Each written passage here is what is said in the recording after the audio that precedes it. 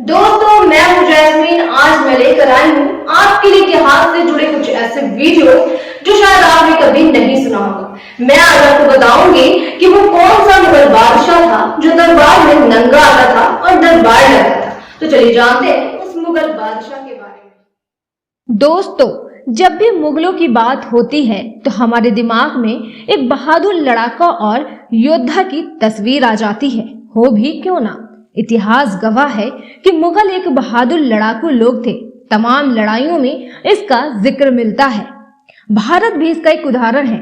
मुट्ठी भर सैनिक लेकर बाबर हिंदुस्तान आया था। अपनी वीरता और युद्ध कौशल से पानीपत के मैदान में इब्राहिम लोदी की विशाल सेना, जो लगभग 1 लाख से ज्यादा बताई जाती है, उसको दोपहर तक पराजित कर भारत में नए राजवंश की स्थापना की। हुमायूं, अकबर, जहांगीर, शाहजहां तमाम ऐसी मिसाल हैं जो कुशल शासक होने के साथ साथ युद्ध कौशल में माहिर थे। लेकिन इन्हीं के राजवंश में एक ऐसा निराला बादशाह भी गुजरा जिसने मुगलों की परंपरा को तार तार कर रख दिया। हम बताते हैं कि वो कौन था। वो मुगल बादशाह जो कभी नंगे तो कभी महिलाओं के कपड़े पहनकर लगाता था दरबार, लंपट पड़ गया था उसका नाम।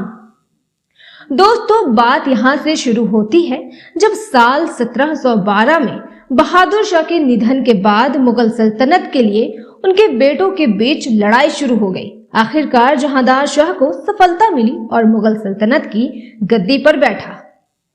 जहांदार शाह अपनी अय्याशियों और रंगीन मिजाजी के लिए बदनाम था। मुगल साम्राज्य की गद्दी संभालते ही एक तरीके से उसने पूरी सत्ता लाल कुंवर को सौंप दी, जो उसकी रखैल थी। लाल कुंवर मुगल दरबार के गायक खासुरैद खान की बेटी थी, जो मियां तानसेन के घराने का था। लाल कुंवर जहांदार शाह से उम्र में लगभग 2 गुनी थी।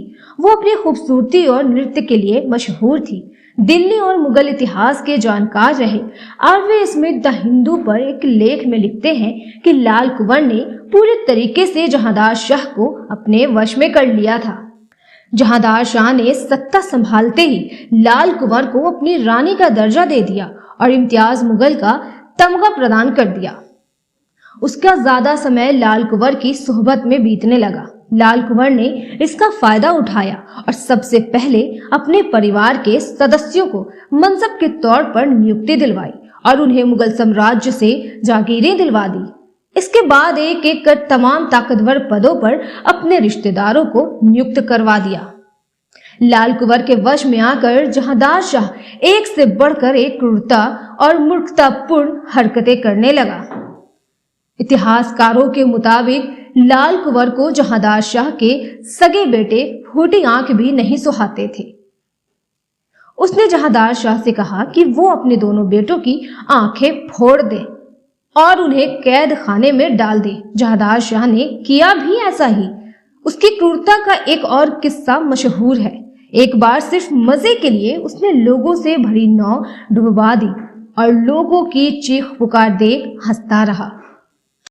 जहांदार शाह कभी कभी पूरी तरह नंगे होकर दरबार में जाने लगा तो कभी महिलाओं के कपड़े पहनकर दरबार लगाने लगा। जहांदार शाह की इन्हीं हरकतों की वजह से उसका नाम लंपट पड़ गया और उसे मुगल इतिहास का सबसे मूर्ख बादशाह कहा जाने लगा।